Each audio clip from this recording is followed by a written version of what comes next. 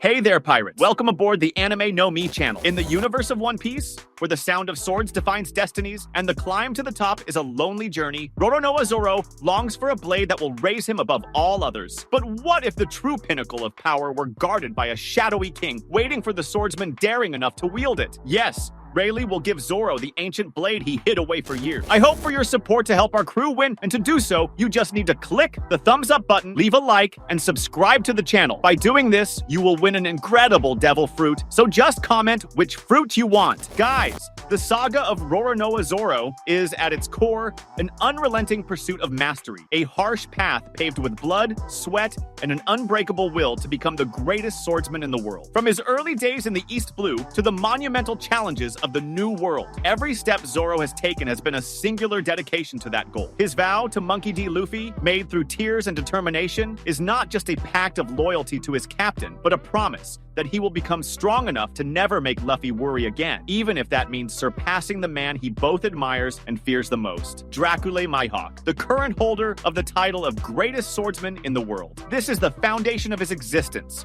the driving force behind his relentless training routine and his almost superhuman ability to endure pain and adversity. Zoro's journey to the top is not merely a matter of brute strength or refined technique, it is an odyssey of spiritual connection with his blades. Because for a swordsman of his caliber, a sword is not just a tool, but an extension of the soul, a channel for his will, and a manifestation of his own fighting spirit. At the center of Zoro's identity as a swordsman are his three blades, a set that has evolved and transformed throughout his journey, reflecting his own growth and the challenges he has faced. The oldest and perhaps most precious of them is the Wado Ichimonji. This is not just a sword, it is a legacy. It is the blade that once belonged to his childhood friend Kuina, whose premature death solidified Zoro's promise to reach the top for both of them. The Wado Ichimonji is an Owazamono grade Meito, one of the 21 great blades, a testament to its superior quality. Its durability is legendary, having endured countless battles, and Zoro's haki without ever giving in. More than its physical strength, however, it is its emotional value that makes it irreplaceable. It represents the purity of his goal, the innocence of a childhood promise, and the persistence of a dream. It is the sword that never breaks, just like Zoro's will. The second sword, the Sandai Kitetsu, is of a completely different nature. A cursed blade of the Ryowazamono grade. From the Kitetsu series, it is known for bringing misfortune to its wielders. Zoro acquired it in Logue Town, challenging its curse by testing his luck against it. The fact that Zoro mastered it,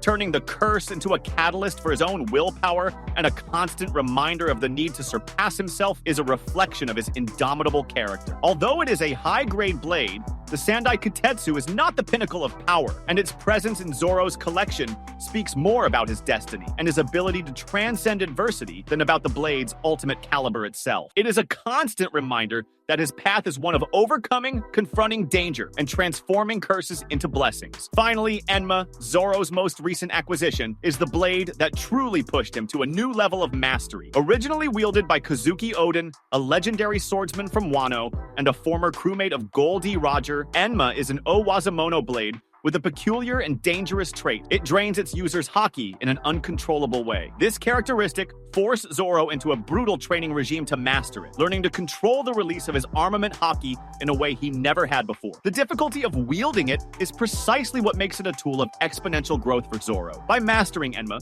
Zoro not only sharpens his haki, but also sets himself on the path to turning it into a kokuto, a permanent black blade, just like Mihawk's Yoru. Enma is not just a sword, it is a rite of passage, a forge in which Zoro's haki is being shaped for a new level of power and control. It represents a crucial stage in his journey to forge not only black blades, but himself into a swordsman of legendary caliber. Through Enma, Zoro is learning to infuse his will so deeply into his sword that it becomes an unchanging extension of his own spirit. The pinnacle of Zoro's journey, and the man he must surpass, is Draculae Mihawk, the Hawkeye, the current and undisputed greatest swordsman in the world. Mihawk is an imposing figure, a solitary wanderer whose power is so vast that he roams the seas without a crew, challenging anyone who dares stand in his way. His image is as iconic as his blade, Yoru. This is a sword that transcends mere functionality. It is a lethal work of art, one of the 12 Saijo o Wazamono, the highest grade of swords in the world. Yoru is not just powerful, it is a kokuto, a permanent black blade. This does not mean it was born black, but rather that through the immense mastery of his haki, Mihawk infused it with his will so deeply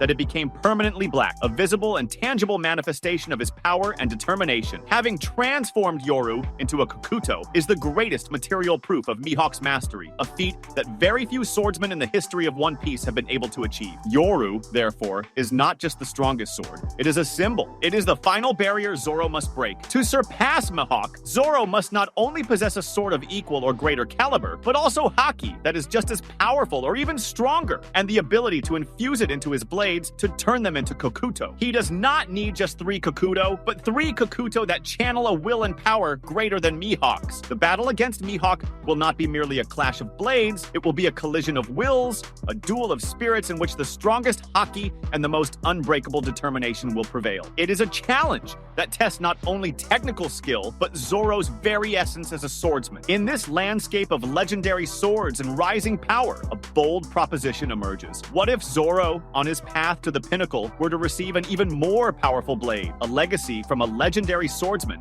that would surpass even Mihawk's Yoru? This blade, born from a glorious past, could be granted by none other than Silver's Rayleigh, the Dark King. Rayleigh is a legendary figure, the vice captain of the Pirate King, Gol D. Roger, and a man whose strength and wisdom rival the greatest powers in the world. His status as a master of all forms of haki, from Conqueror's haki, which he can use to paralyze and even knock out crowds, to armament haki, which he demonstrated in his fight against Kizaru, and observation haki, which he used to predict his opponent's movements, places him among the elite. Rayleigh is, without a doubt, one of the strongest and most experienced characters still active in the world of One Piece. Although Rayleigh is not primarily known as a swordsman in his most recent appearances, he is often seen wielding a sword in combat, such as during his skirmish with Admiral Kizaru at Sabaody. His mastery of the blade is unquestionable, a reflection of his vast experience and the caliber of both his crew and his opponents. The nature of his sword, while never named, classified, or described in detail, raises an important question. Would a man of his stature, who sailed to the end of the world with the Pirate King, wield an ordinary blade? That is highly unlikely. The sword he carries, even if it is not one of the 12 Saijo o Wazamono publicly known, certainly possesses exceptional quality, perhaps even a hidden legacy that transcends formal classifications. Rayleigh's blade,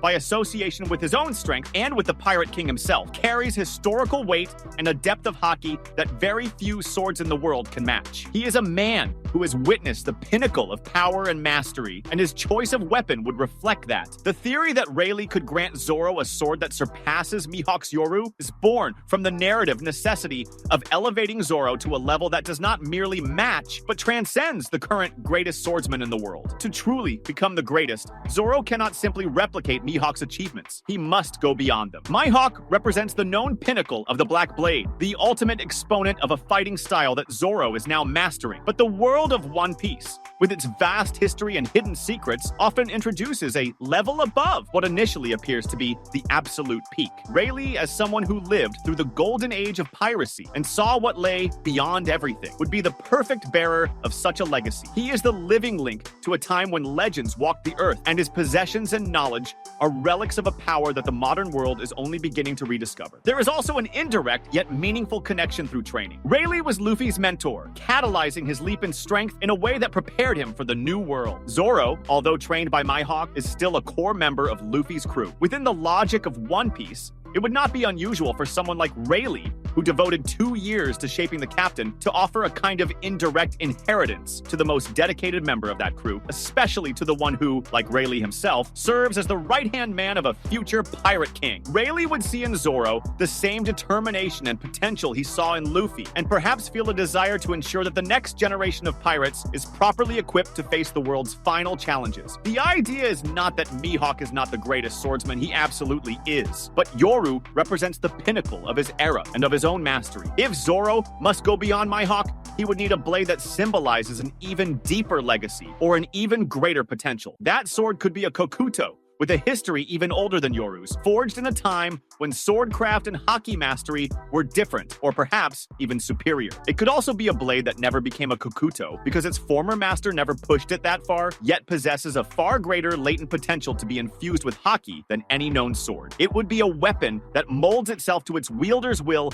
in an even deeper, almost mystical way, a true vessel for the swordsman's soul. The blade Rayleigh possibly wields, or has kept hidden from his era, would not need to be merely a Saijo Owazamono. It would need a unique trait that sets it apart. Perhaps it is made from a legendary material, or forged by a Wano smith who mastered lost techniques, capable of creating swords that harmonize with haki in unprecedented ways. A blade that chooses its master more profoundly than even the Kitetsu swords, recognizing a will and spirit that few possess. If a sword is a channel for haki, then a blade that once channeled the haki of a man like Rayleigh, whose willpower rivaled that of Goldie Roger, would be capable of carrying a monumental will, one that could eventually eclipse even Mihawk himself. Such a sword might possess its own history, or even a will like Cursed Blades, but of a benevolent or legendary nature, one that seeks a heroic purpose rather than destruction. It may have been forged for a specific destiny, perhaps to end one era and usher in another, waiting patiently for the right moment and for the swordsman worthy of wielding. That was today's content. We hope you liked it and want to share your opinion on the subject. Don't forget to share the video, give it a thumbs up, and I'll see you in the next video. Take care and stay amazing.